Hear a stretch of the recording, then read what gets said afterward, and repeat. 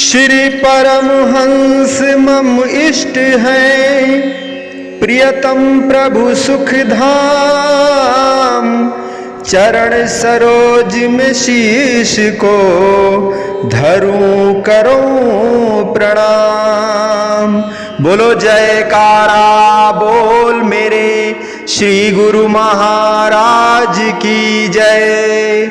बोलिए साचे दरबार की जय। श्री आनंदपुरवासी भगवान की जय। श्री नगली निवासी भगवान की जय। समस्त भगत जी को जय सच्चिदानंद जी। भगत जी इस चैनल को सब्सक्राइब कीजिए, वीडियो को लाइक कीजिए और वीडियो को ज़्यादा से ज़्यादा शेयर कीजिए ताकि यह भक्ति में सत्संग समस्त गुरुमुख जन तक पहुंच सके और आप भी पूर्ण के भागी बन सकें। जय सच्चिदानंद भगत जी।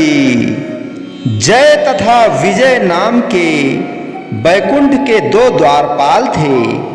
एक बार ब्रह्मा जी के ऋषि पुत्र सनक सनंदन सनातन तथा सनत कुमार भगवान विष्णु के दर्शन हेतु बैकुंठ गए।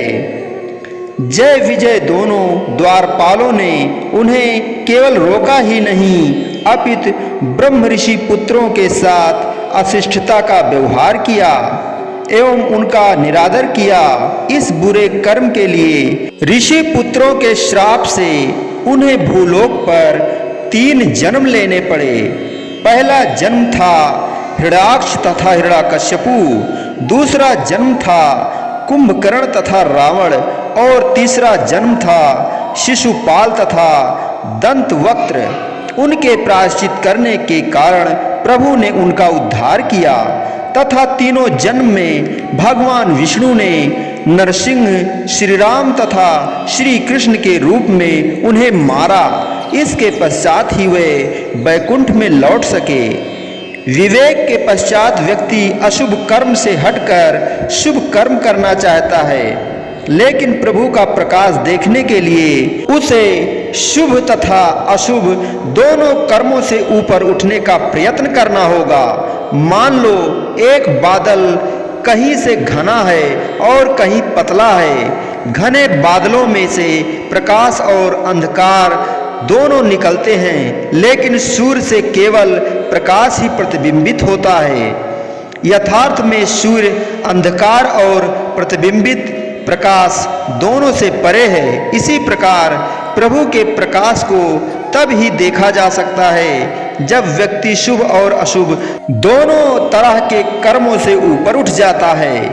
एक विचारवान मनुष्य जो यथार्थता, सत्यता और दूसरों की भलाई में निरत रहता है, जो नाम सिमरण और प्रभु प्यार का मार्ग अपनाता है, वह अवश्य ही शांतिमय जीवन व्यतीत करता है।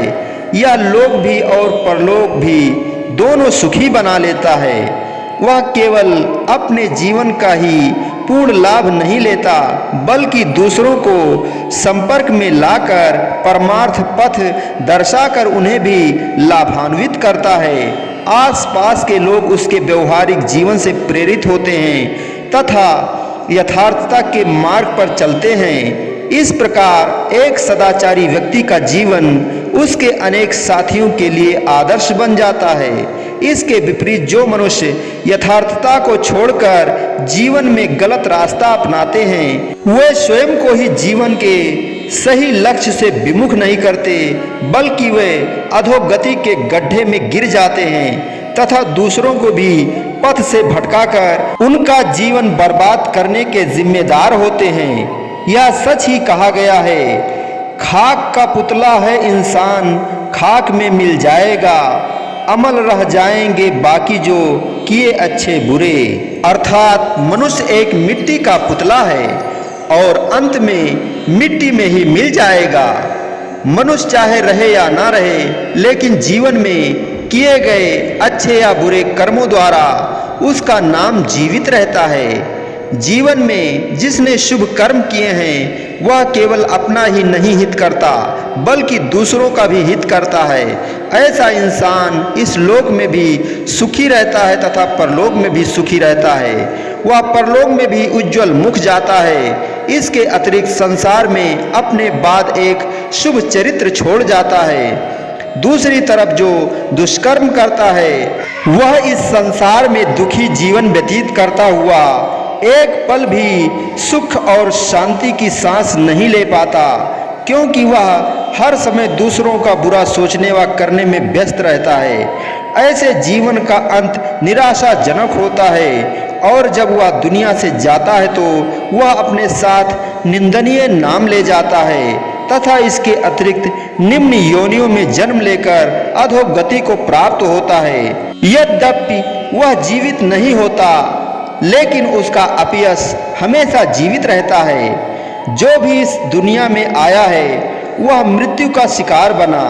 भाग्यशाली हैं वे जिन्होंने इस दुनिया में अपने शुभ कर्मों द्वारा नाम कमाया, किंतु जिसने यहाँ से जाने से पहले अपना जीवन सफल बनाने के लिए कुछ भी नहीं किया उसने अंत में दुख तथा कष्ट ही पाया, क्योंकि उसने अपना सारा जीवन सत्संग सुमिरन के बिना व्यर्थ ही गंवा दिया और इस प्रकार जाते समय अपना सामान अर्थात शुभ कर्म बांधने में असफल रहा। प्रत्येक मनुष्य को अपने कर्मों के अनुसार इस संसार में अच्छा या बुरा नाम कमाने का अधिकार है। एक ज्वलंत प्रमाण सबके समक्ष है। रावण और विभीषण दोनों भाई थे। एक माता पिता के घर जन्म लिया, परंतु मार्ग दोनों के अलग अलग थे।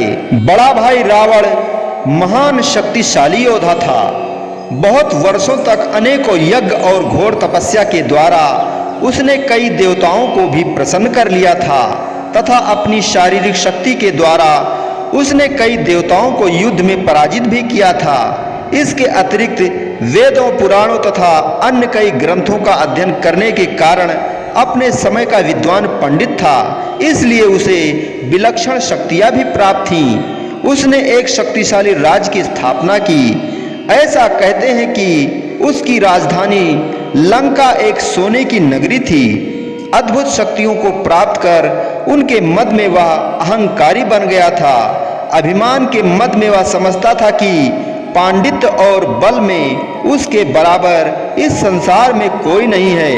अब उसने अपने मलिन मन की इच्छाओं और कल्पनाओं के अनुसार काम करना शुरू कर दिया। उसमें शिष्टाचार की सारी भावनाएं समाप्त हो गई थी। ऐन्द्रिक सुख ऐश्वर्य की प्राप्ति ही उसका सर्वस्व बन गया। इन्हीं को पाने की बढ़ती लालसा ही उसके जीवन का एकमात्र ध्येय बन गया। यह सब प्राप्त करने के लिए वह साधुओं तथा सज्जन पुरुषों को सताने लगा। उसे भगवान का भी बिल्कुल भय न रहा। वह इंद्रियों की पूर्ति के लिए सभी तरह के पाप व दुष्कर्म करने लगा। लेकिन अंत में उसकी क्या दुर्दशा हुई यह सबको विदित है कि किस तरह के छोटे छोटे किष्किंधा के वानरों द्वारा वह अपमानित किया गया। अपने माथे पर अमिट कलंक लगाकर वह इस दुनिया से विदा हुआ। वह अपने दुष्कर्मों तथा राक्षसी प्रवृत्तियों के लिए याद किया जाता है। बोलो जयकारा बोल मेरे श्री गुरु महाराज की जय। बोलिए साचे दरबार की जय। श्री आनंदपुरवासी भगवान की जय। श्री नगली निवासी भगवान की जय। समस्त भगत जी को जय सच्चिदानंद जी।